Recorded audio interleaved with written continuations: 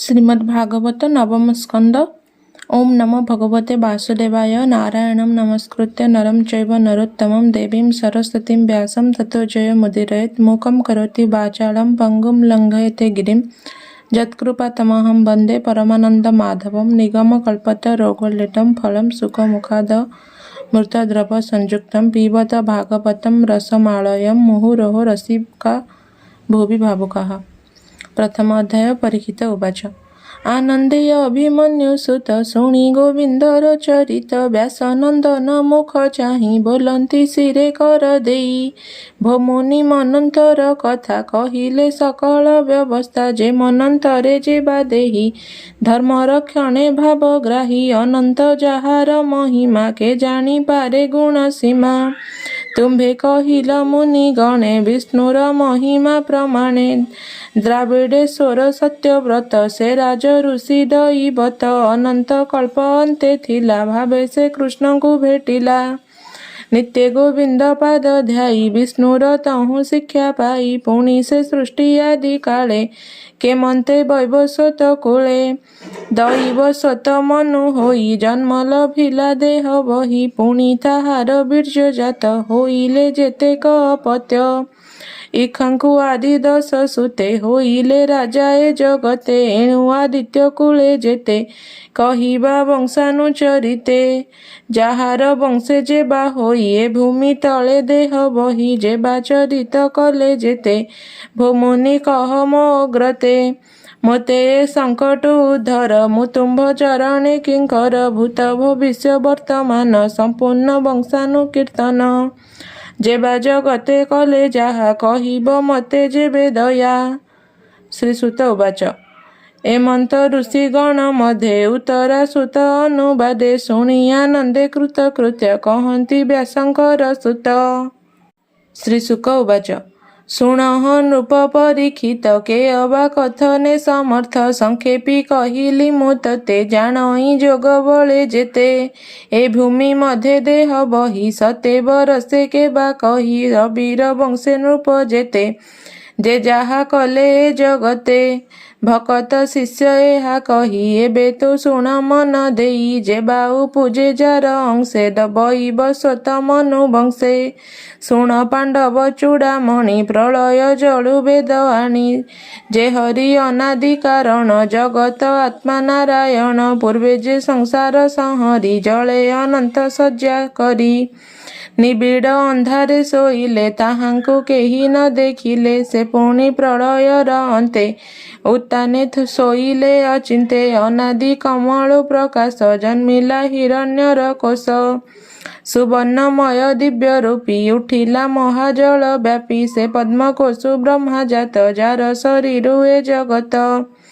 भूमि भियाण जोग बळे बसिला समाधि निश्चले ब्रह्मार मनरु बाहार होइला मरीचि कुमर कश्यप तार तहु जात तार महिमा अप्रमित दक्ष दुहिता विभा कला तहु सूर्य उपजिला सूर्यर पत्नी संज्ञा नाम अति सुंदर अनुपम तार उदरु दिव्य तनु होइला श्राद्ध देव मनु से पुणी श्रद्धा कन्या गर्भे दश कुमर कला भावे रूपे शोभित अनुपम शुणः ताहांकर नाम इक्ष्वाकु नृप सात बेनी सर्जति दिष्ट दृष्ट घेनी पुणी करुष नरिष्यंत पृषध नाभाग उचित होइले कवि विभु आदि सर्वे प्रसिद्धि सर्वसिद्धि से श्राद्ध देव पुत्र अर्थे विचारी वशिष्ठ संगते पुत्र करणे विप्रतृष्टि आरंभ कले यज्ञ गोटी एमंते तार श्रद्धा नारी वशिष्ठ संगते विचारी बोलई मुहि पतिव्रता जेमंते होई बदुहिता से अर्थे तुम्भे यज्ञ कर से बई चरणे तुम्भर ता शुणी कुश केतु बळा विप्रंक संगे विचारिला आहुति देला कयुत एमंते कन्या हेला जात तारूप जगत मोहिला କାହାକୁ ତାହାକୁ ଇଳା ନାମ ଦେଲା। ରାତ୍ରେ ସେ କନ୍ୟା ଜନ୍ମ ଦେଖି ଇକ୍ଷଙ୍କୁ ଶୟନ ଉପେକ୍ଷି ବୋଲଇ ବିପ୍ରଙ୍କୁ ଅନାଇ ଏମନ୍ତ ଦେଖିଲା ତ ନାହିଁ। ତୁମ୍ଭେ ସକଳ ବ୍ରହ୍ମବେତା ଏ କର୍ମ ଅସମ୍ଭବ କଥା। ବ୍ରାହ୍ମଣ କର୍ମ ତ ନୁହଁ ଏ କର୍ମ କଲ କିସ ପାଇଁ। ତୁମ୍ଭେ ଯେ ନିଜ ତପ ଫଳେ ଅଭିଘ୍ନ ଅଟୁ ଏ ଶୟଳେ। ସଂକଳ୍ପ ହୋଇଲା ଅନ୍ୟଥା ଏ ବଡ଼ ଅସମ୍ଭବ କଥା। ଅଜ୍ଞାନ ଜନଙ୍କର ମତ ମୋର ସଂକଳ୍ପ ବିପରୀତ। ଏମନ୍ତ ମନୁର ବଚନ ଶୁଣି ବଶିଷ୍ଠ ତପୋଧନ। ହୋତାଙ୍କ ବ୍ୟଭିଚାର ବାଣୀ ମନୁକୁ କହନ୍ତି ଯେ ମୁନି ତୋହର ନିଜ ନାରୀ ବୋଲେ ଦୁହିତା ଅର୍ଥେ ହୋମ କଲେ। ମୁଁ ଏବେ ସାଧିବି ତୋ ଅର୍ଥେ କହିବି ବିଷ୍ଣୁଙ୍କ ଅଗ୍ରତେ। ଯେମନ୍ତେ ଏ କନ୍ୟା ତୋହର ହୋଇବ ପୁରୁଷଙ୍କ ବର। ଏମନ୍ତେ କହି ମହାଯତି ବିଷ୍ଣୁଙ୍କୁ କଲେ ଦିବ୍ୟ ସ୍ତୁତି। ବଶିଷ୍ଠ ସ୍ତୁତି ବାକ୍ୟ ଶୁଣି ତତ୍କ୍ଷଣେ ପ୍ରଭୁ ଚକ୍ରପାଣି। ଇଳା କନ୍ୟାକୁ କୃଷ୍ଣ ଚାହିଁ ବୋଇଲେ ପୁତ୍ର ହୁଅ ତୁହି। ତକ୍ଷଣେ ପୁରୁଷ ହୋଇଲା ସୁଦ୍ୟୁମ୍ନ ନାମ ତାର ହେଲା। ନିଜ ଭବନେ ଗଲେ ହରି ଏବେ ହୋ ଶୁଣ ଦଣ୍ଡଧାରୀ। ନିଜ ଭବନେ ଗଲେ ହରି ଏବେ ହୋ ଶୁଣ ଦଣ୍ଡଧାରୀ। ବେଦର ବଚନ ସ୍ୱଭାବ କେ ତାହା ଅନ୍ୟଥା କରିବ। ଶୁଣ ରାଜନ ଶୁଦ୍ଧ ମନେ ସେ ମନୁ ପୁତ୍ର ଏକ ଦିନେ। ମୃଗୟା ଅର୍ଥେ ଘୋର ବନେ ପଶିଲା ହରଷିତ ମନେ। ଶେଷରାସନ ଧରି କରେ ବସିଲା ଅଶ୍ୱର ଉପରେ। ସେବକ ବଳ ତାର ଯେତେ ଧାଇଁଲେ ଅଶ୍ୱପୃଷ୍ଠ ଗତେ। ନାନା ଆୟୁଧ କରେ ଧରି ପଶୁ ଖୋଜନ୍ତି ବନେ ହେରି। ଗିରି କାନନେ ଲତା କୁଞ୍ଜେ ସର୍ବେ ଖୋଜନ୍ତି ବୃକ୍ଷ ପୁଞ୍ଜେ। ମୃଗ ନ ଦେଖି ଘୋର ବନେ ପଶିଲେ ଉତ୍ତର କାନନେ।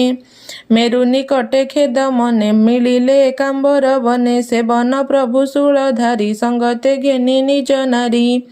ନିରତେ ପୀଡ଼ିତ ସଦନେ ଗୌରୀ ସଙ୍ଗତେ ନିର୍ଜନେ। ନିତ୍ୟ ରମନ୍ତି ସୁଖ ମନେ ଆନନ୍ଦେ ପୁଷ୍ପିତ କାନନେ। ସେ ବନେ ପୁଣି ମନୁ ବଳା ଅନେକ ମୃଗ ବଧ କଲା। ମୃଗୟା ସାରି ଅବହେଳେ ଗ୍ରାମକୁ ଆସିବାର ବେଳେ। ଅଶ୍ୱ ସହିତେ ସର୍ବଜନେ ତତ୍କ୍ଷଣେ ଏକାମ୍ବର ବନେ। ସର୍ବେ ହୋଇଲେ ସ୍ତ୍ରୀ ଗଣ ଅଶ୍ୱ ସହିତେ ବିଘଟନ। ଚାହାନ୍ତେ ଅନ୍ୟ ଅନ୍ୟ ମୁଖେ ସର୍ବେ ମଜିଲେ ମନ ଦୁଃଖେ। ସ୍ତ୍ରୀ ସ୍ୱଭାବେ କଲେ ଭ୍ରାନ୍ତି ସ୍ୱଭାବେ ଚଳି ନ ପାରନ୍ତି। ଏମନ୍ତ ଶୁକ ମୁଖୁ ଶୁଣି ବୋଲେ ପରୀକ୍ଷ ନୃପମଣି। ରାଜବାଚ ଭୋମୁନି ଅସମ୍ଭବ ବାଣୀ ହୃଦୟ କମ୍ପିଲା ତା ଶୁଣି। ନାରୀ ହୋଇଲେ କିସ ଅର୍ଥେ ଏକଥା କହ ମୋ ଅଗ୍ରତେ। ସୁଦ୍ୟୁମ୍ନ ଇକ୍ଷାଙ୍କୁ ନନ୍ଦନ ପୁରୁଷ କଲେ ଭଗବାନ। ସେ କିମ୍ବା କାମିନୀ ହୋଇଲା ଅଶ୍ୱ ସହିତେ ମନୁ ବଳା। କିବା ସେ ବନେ ଥିଲା ଦୋଷ କିବା ଶଙ୍କର କଲେ ରୋଷ। କିମ୍ପା ଲୋଭିଲେ ସ୍ତ୍ରୀ ଦେହ ସଂଶୟ ଯାଉ ମୁନି କହ। ଶ୍ରୀଶୁକ ବାଚ ମୁନି କହନ୍ତି ଅନୁରାଗେ ଆନନ୍ଦେ ପରୀକ୍ଷିତ ଆଗେ। ଶୁଣ ହେ ଅଭିମନ୍ୟୁ ସୁତ କହିବା ତହିଁର ବୃତ୍ତାନ୍ତ। ଶପଥ ଋଷି ଏକ ଦିନେ ଗମନ୍ତି ଶିବ ଦରଶନେ। ଦିଶନ୍ତି ରବି ତେଜ ପ୍ରାୟେ ସେ ବନେ ବୁଲନ୍ତି ନିର୍ଭୟେ। ଦୁରୁ ତାଙ୍କର ରୂପ ଦେଖି ଅମ୍ବିକା ଶୟନ ଉପେକ୍ଷି। ଶଙ୍କର ସଙ୍ଗ ଛାଡ଼ି ବେଗେ ବସ୍ତ୍ର ପିନ୍ଧିଲେ ବୃକ୍ଷ ଲାଗେ। ଲାଜେ ଲୁଚାଇ କଳେ ବର ଭୟେ କମ୍ପଇ ଥର ହର। ଶଙ୍କର ରହି ଅଧମୁଖେ ଚାହିଁ ନ ପାରି ମନ ଦୁଃଖେ। ଏମନ୍ତେ ମୁନି ଗଣେ ଚାହିଁ ପାଦେହେ ନ ପାରନ୍ତି ଯାଇ। ତତ୍କ୍ଷଣେ ଗଲେ ଅନ୍ତର୍ଧାନେ ତାହାଙ୍କ ଗତି ଦେଖି ମନେ। ପଥେ ଚଳନ୍ତି ଅତି ଶ୍ରମେ ମିଳିଲେ ବଦରିକାଶ୍ରମେ। ସେ କଥା ଜାଣି କୁଶ ପାଣି ଅମ୍ବିକା ମୁଖ ଚାହିଁ ଭଣି। ପୁରୁଷ ହୋଇ ଯେବେ ଏଥେ ପ୍ରବେଶ ହେବ ଅକସ୍ମାତେ। ତକ୍ଷଣେ ହେବ ସ୍ତ୍ରୀ ରୂପ ଏମନ୍ତେ ରୁଦ୍ର ଦେଲେ ଶାପ। ସେଦିନୁ ମହାଦେବ ରୋଷେ ସେ ବନେ ପୁରୁଷ ନ ପଶେ। ଏବେ ହୋ ଶୁଣ ନରନାଥ ମନୁ ତ ନୟା ବିପରୀତ। ଅଶ୍ୱ ସହିତେ ଘୋର ବନେ ସର୍ବେ ଭ୍ରମନ୍ତି ଦୁଃଖ ମନେ। ସେ ବନୁ ଗଲେ ଅନ୍ୟ ବନେ ସୋମନନ୍ଦନ ତପସ୍ଥାନେ। ଭ୍ରମନ୍ତି ଏକୁଆରେ ଧରି ସ୍ୱଭାବେ ସର୍ବେ ମନହାରି। ତାହାଙ୍କ ମଧ୍ୟେ ଇଳା ଦେଖି ସେ ବୁଧ ତପସ୍ୟା ଉପେକ୍ଷି। ମନ ଚଳିଲା କାମ ଭୋଳେ ତତ୍କ୍ଷଣେ ଧରି ତାକୁ କୋଳେ। ବଳେ ହରିଲା ଚନ୍ଦ୍ରସୁତ ତତ୍କ୍ଷଣେ ପୁତ୍ର ହେଲା ଜାତ। ତାହାକୁ ଦେଖି ଗୁଣ ଧାମ ଦେଲା ସେ ପୁରର ବା ନାମ। ଏବେ ହୋ ଶୁଣ କୁରୁ ବୀର ସେ ବନେ ମନୁର କୁମର।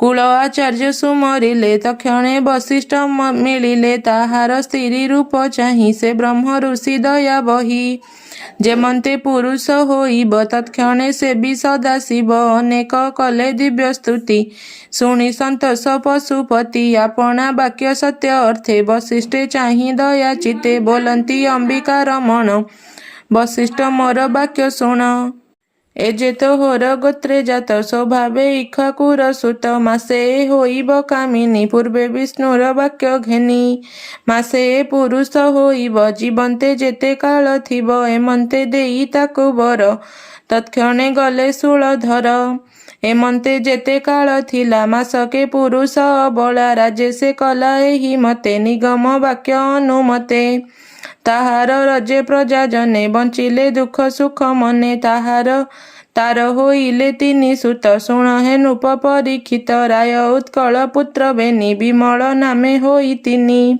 ଦକ୍ଷିଣ ପଥେ ତିନି ରାଜା ଧର୍ମେ ପାଳିଲେ ଜନ ପ୍ରଜା ତଦନ୍ତେ କିଛି କାଳ ଅନ୍ତେ ସୁଦ୍ୟୁମ୍ନ ଭାଳି ଅନ୍ତର୍ଗତେ ପୁରର ବାକୁ ରାଜା କରି ଛାଡ଼ିଣ ପ୍ରତିଷ୍ଠାନ ଗରି ତପସାଧନେ ବନେ ଗଲା ସେ ବନେ ଶରୀର ଛାଡ଼ିଲା ବୋଲଇ ବିପ୍ର ଜଗନ୍ନାଥ ନବମ ସ୍କନ୍ଧେ ଭାଗବତ ବଂଶାନୁଚରିତ ଏ ବାଣୀ ଶୁଣି ସଂସାରୁ ତର ପ୍ରାଣୀ ଇତି ଶ୍ରୀମଦ୍ଭାଗବତେ ମହାପୁରାଣେ ପାରମହଂସ୍ୟାଂ ସଂହିତାୟାଂ ବୟସିକାୟାଂ ନବମ ସ୍କନ୍ଧେ ଇଳାକନ୍ୟା ଉପାଖ୍ୟାନେ ନାମ ପ୍ରଥମ ଅଧ୍ୟାୟः।